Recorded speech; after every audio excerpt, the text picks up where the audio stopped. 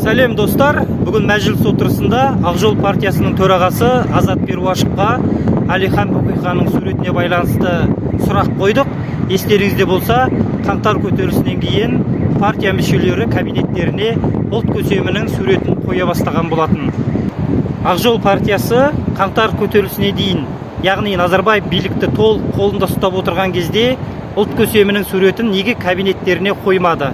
Партия төрағасының пікірі қызықтырса, видеоны толық тамашалап шығыңыз. Сондай-ақ каналға жазылып, қоңырау түймесін басуды ұмытып кетпеңіз. Осы наурыз күніміз. Қаушы күні көдем. Наурыз айында 2022 Сол тіпті оның алдында шығады. Қаушы бір апта бұрын, 2 апта бұрын. Фейсбукқа суретіңіз салып едіңіз ғой?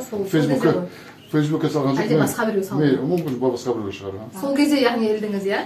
Ілінгеніміз, иә, сол кез. Оған дейін портреті болған жоқ, негізінде. болған жоқ. Мен, мысалы, партиялар комитетіндегі балалардың портреттері бар. Бірақ олар неде, қабырға емес, неде? Стол үстінде. Азат Тұрлыбекұлы, бүгін сіз демек осы қаңтар оқиғасынан кейін ауыстырдыңыз, иә, портретті?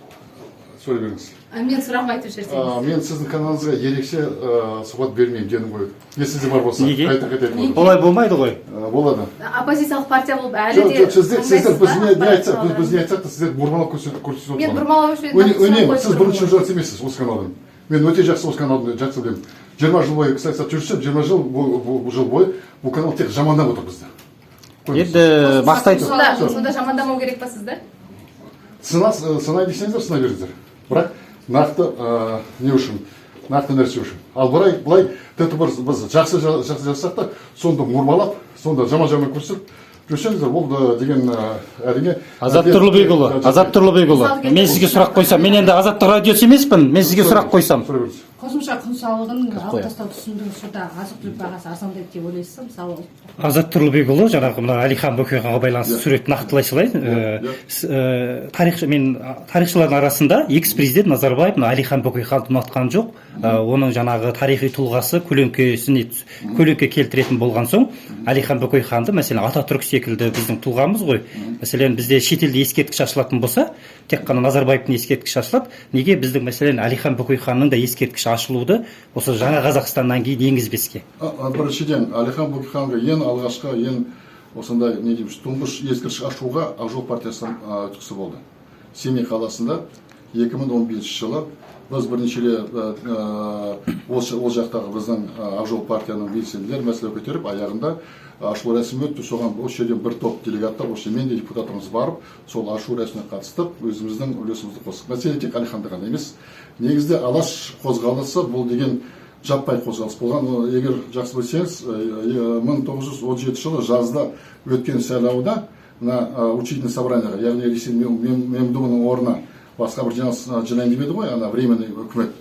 Сонда сол сайлауда ұлы далада, яғни қазақтар көпшілік аймақтарда, бұл деген қазіргі тек Қазақстан ғана емес, оның ішінде Омбы облысы да, Сібір облыстары да, оның ішінде басқа да біраз, мысалы, қазір басқа мемлекетте кеткен жерлерде өткен сайлауда Алаш партиясы 80-нен астам пайыз жинады. Яғни Әлиханның қасында бір талай, біз қазір өте жақсы біліп отырмыз, Мыржақ Дулат сияқты, кімдер сияқты, Мағжан Жұрат сияқты, бірақ оларға сондай жақсы, не дейміз, бағыт берген, әсіресе заң жағынан. Мысалы, қазақ елінің уставы деген, осы Алаш Орданың конституция ретінде қабылдаған құжаттың иесі Барлыбек Сырттанұлы. Сол кісінің де мүсіннің несі салуына біз демеушілік жасап, осы 2 апта бұрын ғана сол оның атындағы мектепке, анау Алатау етегіне орналасқан ауылына барып өзім де қатыстым. Яғни біз үшін осы Алаш идея деген бұл, не дейміз, мақтану үшін емес, бұл жарнама үшін емес, бұл біздің өзіміз ішкі, не дейміз, ішкі құндылығымыз деп санап соған қызмет етеміз. Жуырда президент Тоқаев Түркияға сапар жасаған кезде Ататүрікке тағзым жасады. Бізде, мәселен, шетелде мемлекеттік қайраткер келетін болса, біздің аппаратын ондай тұлғамыз жоқ. Мәселен, Назарбаевқа біз апаруымыз ыңғайсыз секілді. Неге біз Әлихан Бөкейханды, мына идеологияға жауапты Ақордадағы адамдар, неге Әлихан Бөкейханға үлкен ескерткіш ашып, оған бір мемлекеттік деңгейде толық қосылам. Бұл пікірменен меніңше енді тағы да айтып отырмыз. Енді басқа біреулерге тиіспей, біз мына әрбір тұлғаға нақты баға беретін бұл тарих және еліміздің өзі. Біз сол үшін қазір мына Әлихан Бөкейханды ұлт көсемі ретінде тарихтың өзі дәлелдеді. Сол үшін оған тиісті ескерткіш салу ғана емес, сонымен қатар оның тарихи орын, тарихи рөлін ерекше бағалауымыз керек деп. Сұрақ мынандай, жаңағы әріптесіміз Азаттық радиосы мына сұрақты қойғысы келген секілді. Мәселен, Әлихан Бөкейханды экс-президент Назарбаев ұнатпады деген сөз енді ғалымдардың арасында айтылады. Менің сұрағым мынадай: сіз енді экс-президент биліктен толық кеткеннен кейін барып Әлихан Бөкейханды кабинеттеріңізге қойып отырсыздар. Сонда осы уақытқа дейін Назарбаевтан қорқып келдіңіздер ме? Жоқ. Енді Назарбаевтың тұңғыш президент ретінде оның да тарихи орнын ешкім жоққа шығара алмайды. Оның ішінде енді біз қазір сынайтын да кездері болды, оның ішінде бағалайтын да кездері болды. Мысалы, мына барша шекаралас мемлекеттермен, оның ішінде Қытай менен Совет үкіметі 70 жыл шешілмеген шекараны бекітіп, ресми түрде мойындатып, бұл кісінің қолына келді ғой. Яғни мен тағы да айтып отырмын, нақты тарихи тұлғаларға нақты бағаны тек тарихтың өзі және халықтың өзі бере алады. Бірақ ол үшін біз кішкене эмоциядан алыстап, кішкене сабырлық жасауымыз керек. Соған уақытта келеді ғой деймін. Ал енді кез келген мемлекеттік органда ол кездегі президенттің портретін бар болғаннан кейін сондай дәстүр болған ғой. Бізде келгенде тіпті бұл портреттер бар тұратын. Бізге дейін. Біз 2012 жылы ақжолдықтар бірінші рет келіп, содан бері осы кабинеттерде қызмет еттік. Ал 2019 жылы Назарбаев өз орнынан кеткен кезде енді ол кезде бәріміз енді көп адамға кішкене эмоцияға етелмеген сондай не болды да, жағдай болды, оқиға болды. Сол кезде біз да мына әріптестеріміз отырғанымызда бұл дүниеде барлығы уақытша екен, лауазым да уақытша, тіпті мына ағымды оқиғалар да уақытша, бірақ біз кішкене мәңгі құндылықтарды ерекше сыйлауымыз керек деп. Сол ішінде әрине кез келген халық үшін, кез келген азамат үшін оның өзінің елінің орны, елінің мағынасы ерекше қымбат болып отыр. Ал қазір қазақ десек, қазақ деген, қазақтың өкілі деген кім? Қазақ тәуелсіздіктің, қазақ мемлекеттіліктің өкілі кім? Ұлт көсемі деген кім? Бұл әрине Әлихан. Сіз енді бұған дейін экс-президент Назарбаевты ерекше қолдап келдіңіз. Биліктен кетіп баратқан кезде көзіңізге жасты алдыңыз.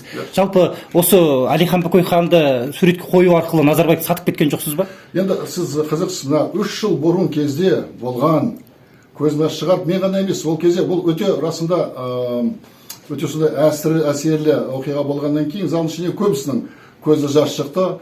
Және де ол кезде мен шын айтсам Назарбаевты ойлаған жоқпын.